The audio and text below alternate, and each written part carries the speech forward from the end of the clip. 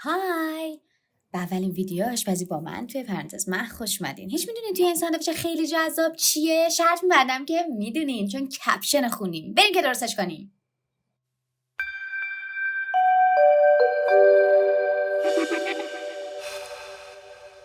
خب توی مرحله اول چی می‌خوایم؟ ماهی سالمون و بعدش توردیلا با طعم پنیری، توردیلای پنیری. به به. حالا با هر وسیله‌ای که داریم میتونین خوردش کنین، حسابی هم خوردش کنین، واسه دلواز بشین. البته یکم تو سوراخش ایجاد کنین و بعد خوردش کنین که محکم ضربه میزنیم بهش. هرچی دق و دلی داریم روش خالی میکنیم و در نهایت بازش میکنیم که به شما نشون بدیم، اما باز نمیشه. ولی خب هر کاری از دست یه خانوم برمیاد، در نهایت بازش میکنیم و انقدر میخوایم ریزتر از این باشه. من بعدن ریزش کردم و الکی دستم به علامت لایک که چقدر عالیه نشون دادم، ولی واقعا الکی گفتم. خب حالا ما 3 تا ظرف میخوایم. برای چی؟ برای اینکه آرد سفید رو بذاریم داخلش و تخم مرغ و این توردیلاها رو. الکی هم براتون دست دادم که خیلی خفنم، ولی فقط یه دستکش ساده دستم کردم. و من راستیتش میخوام برای اولین ویدیو یه واقعیتی رو بهتون بگم. من یه کار خفن بلدم انجام بدم. اونم چیه؟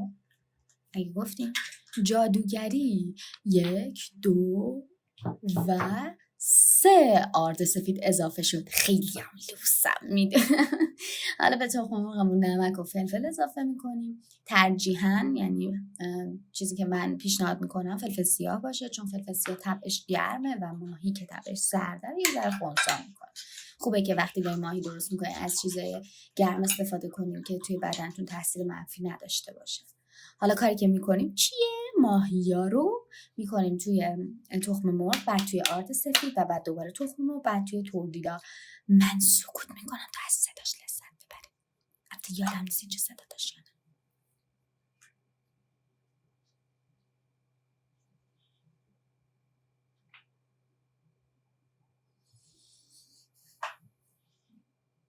میدونم که دارم وقتی سکوت میکنم دلتون برام تنگ میشه. شاید هم نمیتونم سکوت کنم.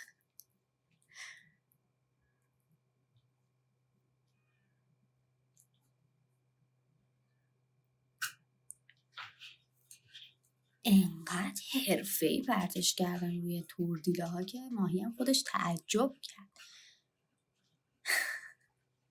خب اگر جایش جا مونده بود حتما مثل این پشتی که الان جا مونده حتما بهش توردیلا رو اضافه کنید تا همش سرخ‌های بشه. گازمون رو آوردم، روشن کردم، برای گذاشتم، روغن ریختم. روغن زیادم ریختم. توی روغن ریختم. من دوست دارم دست و دل باز باشم برای این غذا، ولی شرطش چیه؟ حالا به هر اندازه که روغن میریزید شرطش اینه که روغنتون داغ باشه.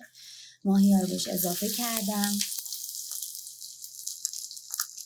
خیلی هم نیاز نیست زمان ببره که ماهیاتون رو بپزه، چون واقعا ماهی با یه هوای داغ میپزه. ولی خب من دوست داشتم خیلی سوخاری‌تر و تورتر بشه، اینه که یک کوچولو زیاد گذاشتم چون اینجوری بیشتر دوست دارم. ولی شما میتونین وقتی یه کمی که ماهیتون پخت درش دارین، هیچ ایرادی هم نداره. من چون روغن زیاد دوست دارم و زدم، خواستم که توی دستمال یکم روغنش رو بگیرم. اینم به نظرم پیشنهادمه برای اینکه یه ذره حداقل بتونیم سالم ترش کنیم. هیم براتون دارم با این صدا در میارم با این انبوره.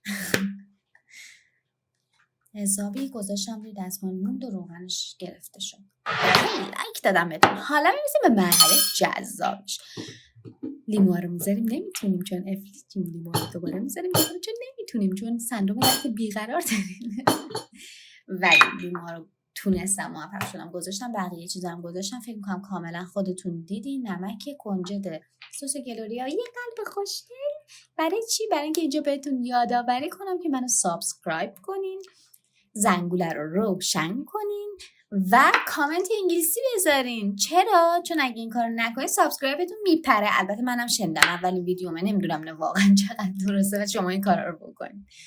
خب لیمو رو آبشو با یه حرکت جادوگری میگیریم، سس خردل بهش اضافه میکنیم و اندازه 1 قاشق پر. حالا من برای چی لیمو زرد دارم از این لیمو سنگی ها؟ چون میخوام پوستشو بریزم داخلش، چون راز و رمزش همینه برای خوشبوتر شدن و طعم جذاب. خیلی نه، ولی به همین اندازه که دارم بهتون نشون میدم اد میکنیم بهش. من عاشق کنجدم، البته اصولا پرتشون نمیکنم چون حیفم، ولی خیلی کنجد دوست دارم و زیاد ریختم. این دیگه سلیقه‌ایه. سس گلوری هم به اندازه طبعتون دیگه، اگه دوست دارین تندتر باشه بیشتر، کمتر باشه کمتر، و نمک هم به اندازه دلخواهتون میتونین بچشین. ببینین چقدر دوست دارین و حسابی هم میزنیم تا به بافتی که توی تصویر میبینیم برسه. کش نمیاد ولی خیلی هم رقیق نیست، خیلی یه چیز بافت معمولی داره. حالا نونایی که من دوست دارم یه ذره نون شیرینه و خیلی هم نرمه. من این نون رو دوست دارم، شما میتونید از هر نونی که دوست دارین استفاده کنین.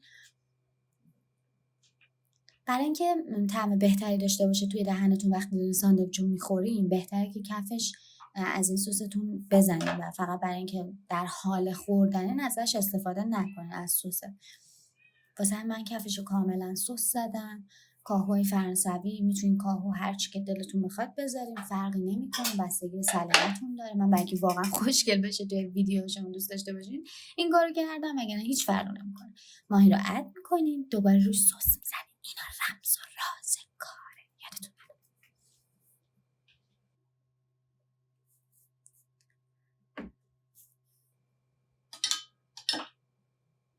سس رو اضافه میکنین به اندازه دلخواه. والا اگه دست من بود کلشو میریختم، ولی خب دستم بسته بود، متاسفانه دست و بالم تو ویدیو بسته بود. من پنیر پارمیزان اضافه کردم، پارمیزان، پارمیژان، هر چی که شما اسمشو میذارین، واقعا اسمش خیلی متفاوته، نمیدونم دقیق درستش چیه، ولی پنیر پارمیزان اضافه کردم چون طعمشو خیلی دوست دارم. حالا ببین وسط این ساندویچ خوشمزه چه شکلیه که البته اول ویدیو دیدین، اگه من بتونم کلامی حرف بزنم. بریدمش و چون آوردم جلو و فولو شد، خیلی طبیعی کردم و رقص کنم رفتم بیرون. یادتون نره سابسکرایب کنین و زنگوله رو فشار بدین، کامنت بذارین ببینم درست کردین، دوست داشتین، درست کنین، حتما ازش لذت ببرین. دوستتون دارم، مرسی که من دنبال کردین.